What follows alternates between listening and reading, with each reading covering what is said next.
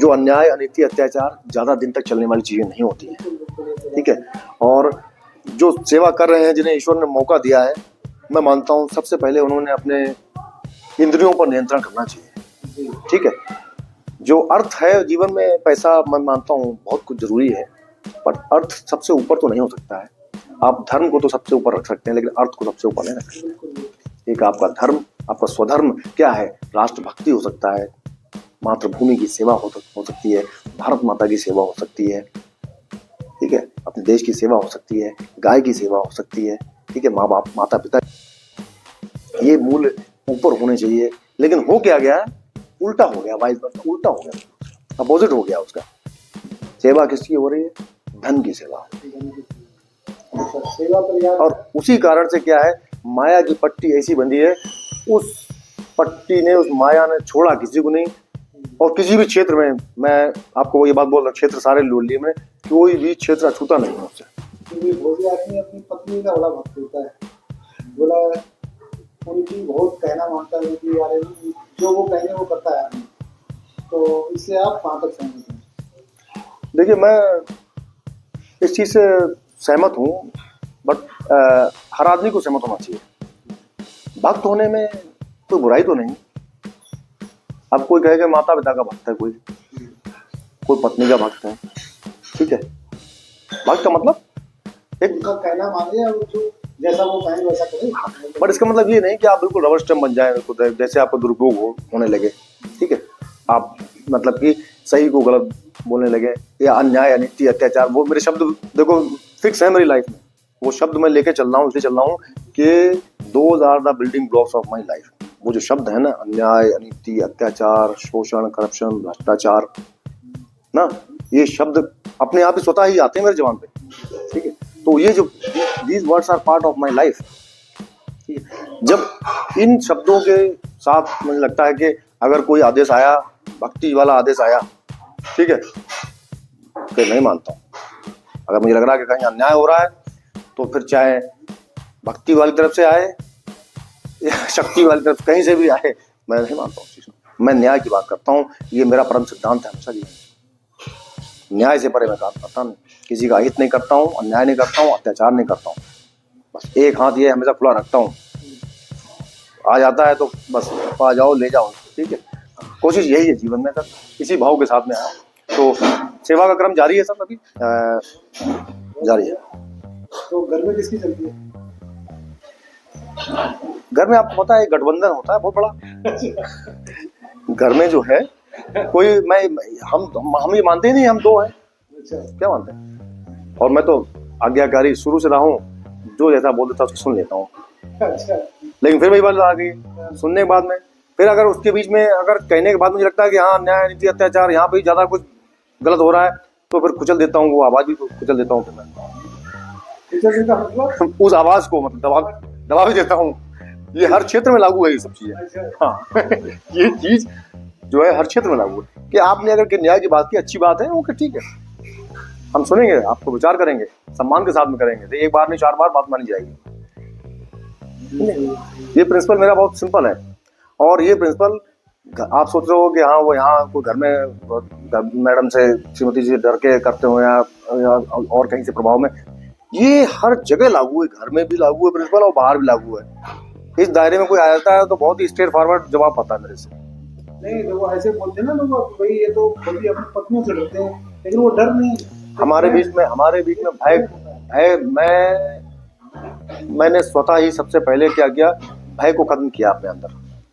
आज मैं आपके सामने बैठा हूँ, तो आप ही मानिए, एक आप ऐसे व्यक्ति के सामने बैठे हुए हैं जो सैनिक भी रहा है और आज सेवादार भी है, सेवा भी करता है प्रभु चरणों की, ठीक है। सबसे पहले उसने भय ही त्याग दिया।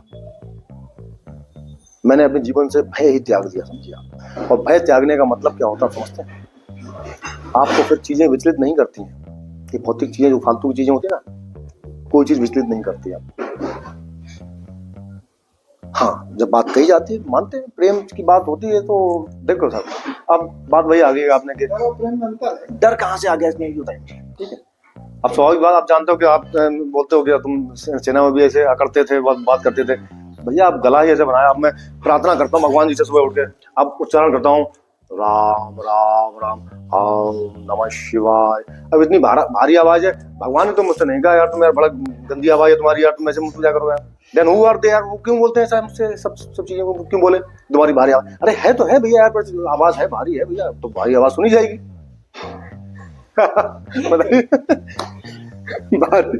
भाई किसी का गला ही ऐसा है तो क्या करें उसके लिए। मेरी भक्ति में भी आवाज ऐसी रहती है। तो बच्चे आपसे डरते हैं या ज्यादा क्लोज है, किससे क्लोज है? मैंने बोला ना, मैंने आपसे कहा ना कि मैंने भय का माहौल रखा ही नहीं, मैंने भय का माहौल ही नहीं रखा है। लेकिन हाँ उनको इतना पता है कि अगर डैडी की आवाज जब खुलती है तो फिर मतलब बहुत डेंजरस होती है वो आवाज, भयंकर होती है आवाज। मेरी आवाज को मतलब ये थोड़ी बहुत नहीं, जब बहुत आवाज फिर वो गले से नहीं आती है, तो आप यानी पेट नीचे से बहुत दहाड़ता हूँ मैं बहुत भयंकर तरीके से। हाँ इसलिए मैं कोशिश करता हूँ अपने आप को शांत रखता हूँ। भोले के भक्त हैं देखो, लेकिन जब सख्त हो जाते हैं तो आपको पता है फिर मामला बियॉन्ड कंट्रोल होता है। समझ रहे हैं मेरी बात को? भोले के भक्त जब हो जाएं सख्त तो समझ जाइए फिर मामला गंभीर होता है। तो बच्चे भी समझते हैं कहाँ पे प्रेम है कहाँ पे भय है। हाँ दोनों को तो इसलिए मैंने कभी भय रखा नहीं है जीवन में, बहुत ही बच्चे खुल के बताते हैं, बातचीत करते हैं, वो खुल के, मतलब उनका स्टाइल ऐसी कोई बात नहीं है। बच्चे हमारे बड़े हो रहे हैं, इनसे हर तरह की बात, इनके लेवल पे जो हम स्टूडेंट लाइफ में जो चर्चाएं सब बातें होती हैं, सब कोई छुपाव नहीं किसी तरह का, दे आर ओपन। अगर आज बच्चों को आप नहीं समाज के अनुरूप ढालेंगे, समय के अनुरूप नहीं ढालेंगे, वो शिक्षा संस्कार नहीं देंगे तो वो तो शर्माते रहेंगे, वो चुपचाप रहेंगे। अगर ये बहुत बढ़िया आपने बताया, जब बच्चे आपके साथ घुलेंगे मिलेंगे नहीं तो जो उनको प्रेम तो आपको बताएंगे, कोई चीज रिक्वायरमेंट होगी वो बताएंगे, लेकिन अगर कोई तकलीफ होगी तो वो आपको नहीं बताएंगे, तो उसका फायदा कौन उठाएगा? Third person. डेफिनेटली। इसलिए आपने ऐसा व्याप्त कर अपने घर का माहौल ऐसा रखना है कि वो खुल मिल जाए, तो सब कुछ आपको बताए, तो आप आपके लिए बच्चा, अपने बच्चों के लिए अच्छा, फैमिली के लिए माहौल बनता है। ये तो कभी भय का माहौल रहा नहीं ऐसा। हाँ वैसे पिताजी वगैरह हमारे बड़ा स्ट्रिक्ट रहे हैं बचपन में, ठीक है, मैंने सख्ती नहीं दिखाई, मैंने कहा भय नहीं, बच्चों को पलने बढ़ने दो। हाँ जब डिसिप्लिन की बात है, संस्कार की बात है कहीं पे, वहां पर सख्ती दिखाता वो संस्कार और एजुकेशन अपने के लिए है। और लेकिन मैंने एक चीज और उनको सिखाई जीवन में, आप सबसे मैं आग्रह यही करूंगा कि बच्चों को, सब माँ बाप चाहते हैं कि बच्चे हमारे उन्नति तरक्की प्रगति करें, सफलता के बहुत ऊंचाइयों पे, चरम उत्कर्ष पर पहुंचे, ऊंचाइयों पर पहुंचे, हिमालय पर्वत से भी ऊपर पहुंच जाए। लेकिन मेरा मानना यह है कि वो पहुंचे तो जरूर वहां पर, लेकिन वो धर्म के मार्ग पे चल के पहुंचे, वो एक आध्यात्म के मार्ग पे निकले आगे जाके, वो हमारी संस्कृति को फॉलो करें, हमारे सनातन धर्म को फॉलो करके, जो हमारी पद्धति है सनातन पद्धति, उसको फॉलो करके आगे बढ़ें तो जीवन का आनंद है। तभी हमारी भारत माता की जो हम जयकार लगाते हैं, जय जयकार, सार्थक है। अरे आप जैसे विचार अगर हर माँ बाप के अंदर आ जाए ना, तो जो आए दिन लड़कियों और लड़कियां जाकर आजकल आज के टाइम में जो माहौल गड़बड़ किया हुआ है, जो जितने भी तलाक हो रहे हैं लोगों में, कुछ हो रहे हैं, जितने भी वैवाहिक रिश्ता गड़बड़ हो रहे हैं, वो समाप्त हो जाएगी। मतलब अगर बिल्कुल समाप्त नहीं हो तो बहुत अच्छे धरने पे आ जाएगी। वो सब गड़बड़ होती जा रही है कि ये सनातन धर्म जो हमारा है, जो धार्मिक बताते हैं, धर्म ही तो सिखाता है हमें जीना। जी जी। तो अब वो चीज जीना गड़बड़ हो गया, धर्म है नहीं कहीं। तो देखिए हर जगह धर्म ही है सर। हम सेना में जब हम सेवा कर रहे तो क्या था, राष्ट्र धर्म था ना वहाँ पे, सर्वोपरि क्या था, मातृभूमि की सेवा और राष्ट्र धर्म ही सर्वप्रिय था ना वहाँ पर।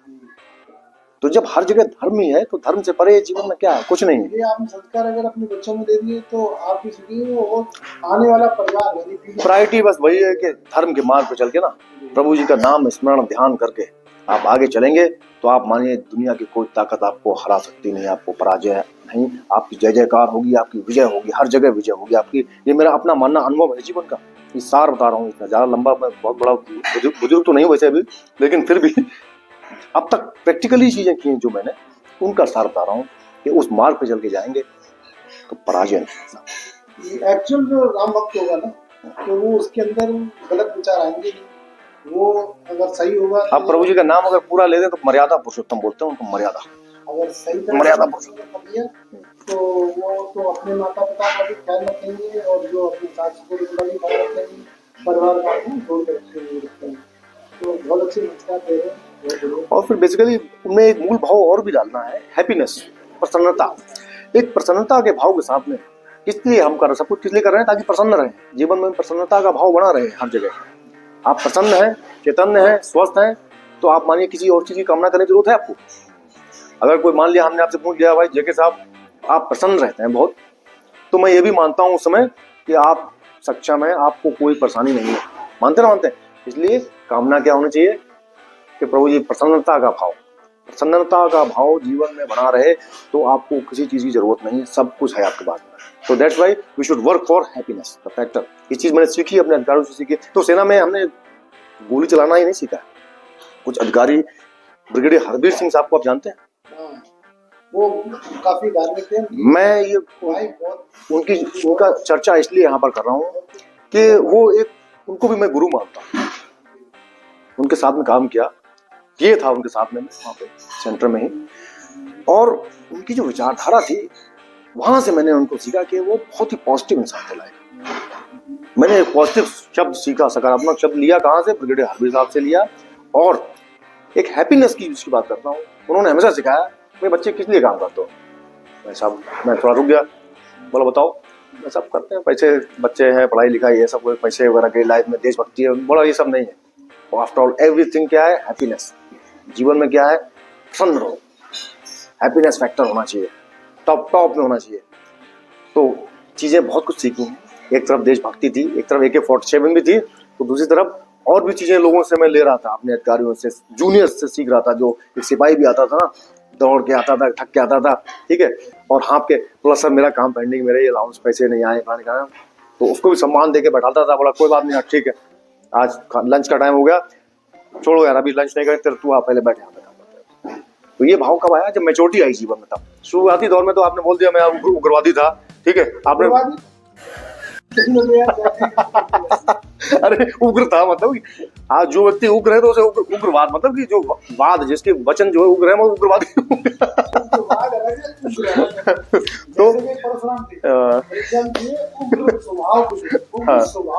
मतलब वो उनके अंदर एक प्रिय था, जाति से ब्राह्मण थे और कर्म से क्षत्रिय थे। तो वो थे, वो उग्र स्वभाव के परशुराम जी थे। जो फरसा अपना चलाते थे, तो यही न्याय नीति, अत्याचार, इनके खिलाफ वो तो प्रारंभिक जो है इनिशियली तो आप कह सकते हैं कि हाँ उग्र था, लेकिन मैंने फिर संस्कार जैसे जैसे बढ़ते गए, ठीक है, मैंने अच्छाइयाँ भी सीखी बहुत। जो बड़े सीनियर ऑफिसर्स हैं हमारे सेना में, बहुत एटिकेट्स उनसे सीखे हमने, डिसिप्लिन सीखा, कमांड कंट्रोल की चीजें होती वो सीखी हैं। भाषा में विनम्रता का भाव भी डालने की कोशिश की, लेकिन वो आ नहीं पाया, ठीक है। नहीं, अभी तो आपको बहुत अंतर है, आपकी वाणी है बड़ी गजब की है, आप शब्द लेके आते हैं चुन चुन के मोती ऐसे। प्रभु ना करे कि आपके वचन सुन के कहीं अभिमान आ जाए मेरे अंदर, कहीं अभिमान ना आ जाए, इसलिए मैं क्षमा चाहूंगा, आप उस चीज को ज्यादा तारीफ ना करें। नहीं, आपके शब्दों में बहुत बढ़िया मीठापन है, बहुत अच्छे, सुंदर, अच्छे लगते हैं। मेरा कुछ नहीं, सब ये राम जी की कृपा है। देखो अब सेवा का भाव निरंतर, उनका नाम चलता है, जब हृदय से जुड़ गया ना, तो शब्द निकलते रहते हैं अपने आप। अब कहाँ से आते हैं मुझे पता नहीं, वो गहराई कहाँ तक है मुझे पता नहीं है। नहीं, आपने ज्ञान प्राप्त किया है, आपकी एजुकेशन बहुत अच्छी लगी है, शुरू से आपने सबको सीखा ही था, बाकी सब काम किया था। राम ही राम है सब, ठीक है। बहुत अच्छा लगा आपसे बातचीत करके। तो आशा करते हैं आपका जो रिटायरमेंट जो लाइफ है, रिटायरमेंट भी आप नहीं होगी, जो आगे की सिविल लाइफ है आपकी बेहतरीन हो, तो आप ऐसे ही अपने जिला के लिए, अपने प्रदेश के लिए, अपने देश के लिए काम करते रहें। और आशा है तुम्हारे जो घाट है, जो सुंदर सुंदर बनवाने में आप थोड़ा सा राज्य अपने जिले का सहयोग करेंगे, आगे आगे आगे आगे लेके जाएंगे, बन जाए हमारे स्वीकार्य है, स्वीकार हो जाए। आपकी बात स्वीकार है मुझे। सेवा का क्रम जेके साहब, सेवा का क्रम थमेगा नहीं, रुकेगा नहीं, ये निरंतर जारी रहेगा। मैंने आपको बोला ना, एक दौर वहां से पूर्ण किया और दूसरे दौर को शुरू करने के लिए मैं आ चुका हूं अभी, और ये क्रम निरंतर जारी रहेगा, सेवा का क्रम। श्री राम जी की कृपा से जब तक सांस है ना, जब तक सांसें रहेंगी, भारत माता की जय जयकार होती रहेगी, निरंतर होती रहेगी, होती रहेगी। भारत माता की जय। जय श्री राम। नमस्कार साहब। नमस्कार। बहुत बहुत आभार आपका। आपने आज बहुत पुरानी यादें ताजा करा दी, ठीक है। लेकिन अब मैं उग्र से बहुत ही विनम्र हो गया हूँ। हाँ, आपके अंदर बहुत बदलाव आया है।